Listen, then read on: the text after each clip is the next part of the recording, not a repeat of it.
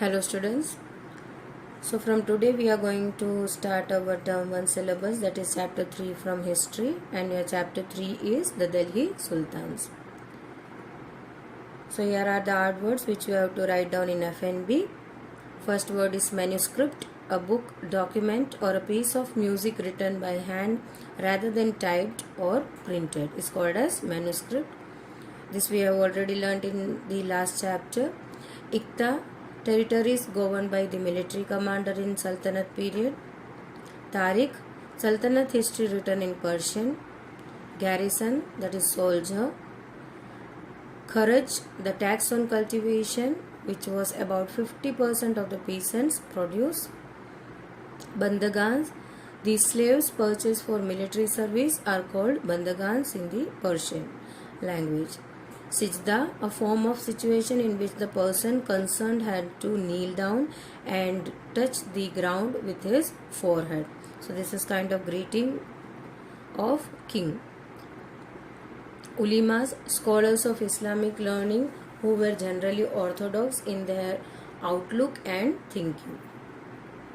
Paibos, it was a Persian custom of kissing the feet of Sultan. Jagir, a piece of land given to the officials of the kingdom. Patwari, the officer who kept the local and revenue record.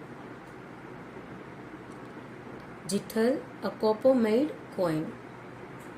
Sikandarai Sahi, the title adopted by Alauddin Khalji. Tanka, a silver coin introduced by Iltutmish. What are we going to learn from this chapter? That is background the Delhi Sultans, about them, finding about the Delhi Sultans. Under that we are going to cover two other topics, that is circle of justice and gender distinction by the story of the Razia Sultan. The expansion of the Delhi Sultanate from garrison town to empire. Next topic, administration and consolidation under Khaljis and Tughlaqs. The Sultanate in the 15th and 16th century. So these are the topics that we are going to cover in this chapter.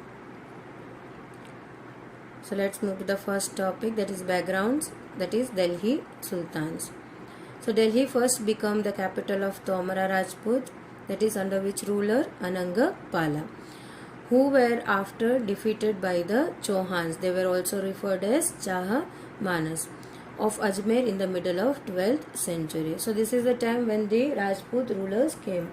In last chapter what we have covered about the Chola dynasty, about south we have already learnt about it. Now we are moving towards the northern side. So Delhi, it is the important center considered in the past and even in the present also. So this Delhi become the first capital under the Tomara Rajputs. So there were many Rajput groups, they were known differently. So Tomara was also a caste under the Rajput. So under the Tomara Rajput, Ananga Pala had made the Delhi as his first capital, but later on he was defeated by the Chauhans in 12th, that is the middle of 12th century. Later it became an important commercial center under Tomara and Chauhans. So Delhi became the important center. Which kind of center? Commercial center. What do you mean by commercial center? Where all kinds of things are being sold, purchased, where the merchants and traders used to visit. So it is called as the commercial centers. So under both the rulers it became an important commercial center. Many rich merchants lived in the city and constructed several temples. So the developing or where the commercial centers like this Delhi is available, so merchants and traders from different region used to visit this area, and they usually sometimes started settling down in the region nearby the commercial centers. So they used to live there, and To establish their power and their name, they starts constructing the temples. That also we have learned from the previous chapter, that to give or to seek the importance in the area, the king also used to construct the temple to show their power, to show their wealth. So that is the way how they are showing it. Coins called Delhi Wal were also minted over here for the commercial purpose. Delhi was transformed under Delhi Sultans. So the Tomara Rajputs and the Chauhans, they have made these Delhi as important centers, commercial centers, but this was also again developed by under the Delhi Sultans. Established after the defeat of Prithviraj Chauhan in 1192, in which battle? The Battle of Tarain. So one battle was fought by the sultans, mainly the Muhammad Ghori has defeated the Prithviraj Chauhan in 1192. So in which battle he was being defeated? In the Battle of Tarain. So by this they has established their rule in India. So they ruled from the 12th to 14th century. 5 important dynasties ruled over Delhi, where early Turkish ruler, they were also known as Mamluk dynasties or slave dynasties. Why they are known as slave dynasties, we will discuss it later. Khilji dynasty, after them the early Turkish ruler, after them the next ruler came into rule is Khilji dynasty, and the next were the Tughlaq dynasty, the third one, and the fourth were the Sayyid dynasty, and the last one is Lodi dynasty. So these were the important dynasties who ruled over Delhi under the sultans or the Sultanate period. As I said, there was 5 important rulers or dynasties who were ruling in Delhi. So before them there were Rajput rulers, like we have already covered that Tomaras. So he was ruling in early 12th century, that is in 1165. Next came the Anangapala. So he ruled from 1130 to 1145. Chauhans, after that, because they were Anangapala, the Tomara Rajput was defeated by the Chauhans. So they ruled from 1165 to 1192. Next ruler came, that was Prithviraj Chauhan from 1175 to 1192. So he was defeated by the Muhammad Ghori. So this was the end of the Rajput dynasties, and from here the sultans started ruling, or the Sultanate period came into existence. So from 1192, as we can see, that the early Turkish rulers started ruling from 1206 to 1290. But Prithviraj Chauhan ruling period, the end of the ruling period of Prithviraj Chauhan is 1192. So between, who was the ruler? The Muhammad Ghori. He was ruling that portion. After him, the early Turkish came. So they started ruling the Delhi from 1206 to 1290. So the first ruler was Qutb Aibak. He ruled from 1206 to 1210. Samsuddin Iltutmish from 1210 to 1236. Razia, the daughter of Iltutmish, she served for only 4 years. We will learn about her in detail later on. So she was able to rule for 4 years only, that is from 1236 to 1240. Then came the ruler, that is Ghiyazuddin Balban. He ruled from 1266 to 1287. The next dynasty was Khalji dynasty. So they ruled from 1290 to 1320. Under them, the ruler was Khalji dynasties was established by Jalaluddin Khalji. He ruled from 1290 to 1296. Next after him was Alauddin Khalji. He ruled from 1296 to 1316. So Jalaluddin Khalji was the uncle of Alauddin Khalji. Next dynasty came into existence, that was Tughlaq dynasty. They ruled from 1320 to 1414. So first ruler under Tughlaq dynasty was Ghiyazuddin Tughlaq. He ruled from 1320 to 1324. Next the Muhammad Tughlaq, 1324 to 1351. Then the next ruling period is 1351 to 1388. Then ruler's name is Firoz Shah Tughlaq. After them, the next dynasty, that was called as Sayyid dynasty, they ruled from 1414 to 1451. So who was the ruler ruling in this period? Khizr Khan. From 1414 to 1421 he has ruled. Next, Lodi dynasty. They ruled from 1451 to 1526. Under this dynasty, the ruler was Bahlul Lodi. That was the ruling period of this ruler was 1451 to 1489. So here we have understood the ruling period of 5 important rulers under the Delhi Sultan or the Sultanate period. So our next topic is finding out about the Delhi Sultan. So from where we get the information about the Delhi Sultan? So from inscription, coins and architecture, histories written by the many historians under this period. So from here we get the information. And in which language they used to write down? In Persian language. So Persian language is also considered the administration language under the Delhi Sultan. So this provides us detailed information about the Delhi Sultan or Sultanate period. The author of histories, they used to write down Tariq or Twarik. Tariq is a singular word and Twarik means plural word.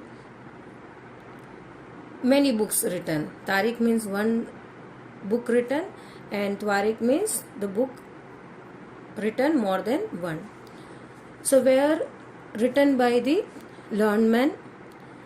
They used to be secretaries, administrator, poet and the courtiers under the rulers. So they used to write down this informations or histories. So whose recounted event and advise rulers. So their purpose is to recount the events, whatever things they observe, whatever event they have visited, they are writing everything on the paper. And as well as they were advising the rulers in many purposes to rule smoothly. Like how they are advising rulers? For governance, emphasizing the important and the just rule. So how the rulers have to rule, providing justice to all. So that all things are being advised by these historians. Now there are 4 stages in making of a manuscript. As we have already said, manuscript means an handwritten thing. So the history is written by hand. So there are 4 stages for making up this manuscript. First one is preparing the paper. So there were no printing press. They used to write down with the hand itself, and that was being written. In past it was written on palm leaves. Then later on, when the paper was being discovered, invented, they started writing down the histories on the paper. So they start preparing paper. Later on, the next stage is writing down the text. Then the third stage is melting gold to highlight important words and passages. So nowadays, what kind of highlighter we are having? We are having highlighters of different colors, easy to highlight. But in past time, to highlight anything, the name or any passage, they used to melt down the gold, and from that gold they are highlighting that particular word or passages. So in this way they are highlighting the things in the text.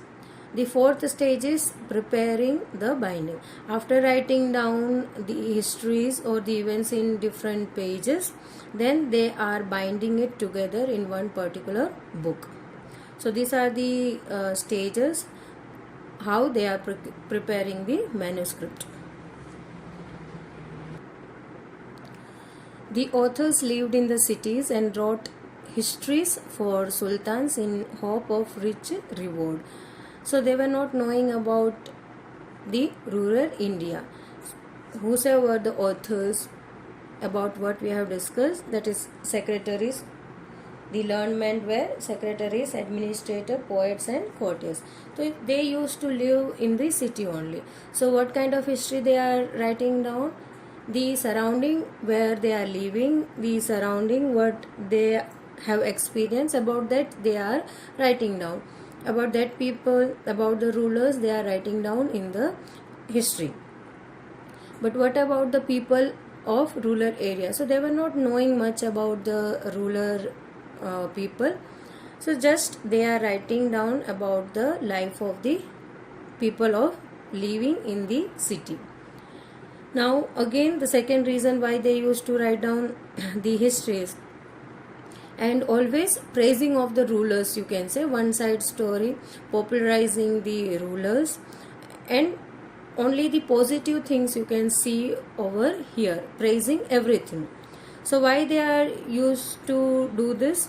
Because they are hoping for the rich reward from the ruler. For that reason they used to write down the good things in their histories. In simple word you can say, they advise the rulers to preserve an ideal social order based on birthright and gender distinction. Here they means nobles. So nobles are the advisor, as I said. They help out the ruler in the ruling period, what they have to do or what they don't have to do, how they can develop the kingdom. Everything is being suggested by the nobles. Now these nobles advise the rulers to preserve a system under them, like the ideal social orders based on the birthright and the gender distinction. Now what is birthright? As said, after the ruler, who will be the next successor? His son. So that order should be followed and should be continued. Not any simple person can become a ruler. So there should be a system that has to be followed to become a ruler. So that social order must be followed by the ruler. So he asked them to keep this thing in a system that could be followed by the rulers' families also, and even the common people also. They also have to understand that who can become a ruler. So birthright has given to the ruler's son. The next generation ruler would be their son. This has to be understood. And second is gender distinction.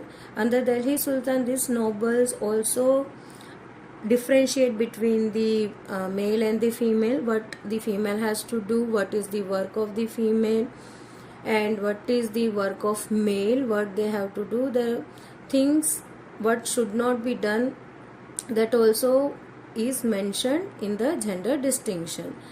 So these nobles advised in both the matter, that is birthright, to whom or the who should be become the next ruler, or gender distinction, what is the work of both the gender. This is being written by the or advised by the nobles. Sultan Iltutmish able and qualified daughter, that is Razia, becomes Sultan in 1236. But the queen as a ruler was not liked by the nobles. Already in previous point we have learned about the gender distinction. So Sultan Iltutmish was a successful ruler and her daughter was also qualified. So she became the next sultan, but as she was a woman, she was not accepted and liked by the nobles. So the next topics we are going to cover in the part 2 video. Till then, stay tuned. Thank you.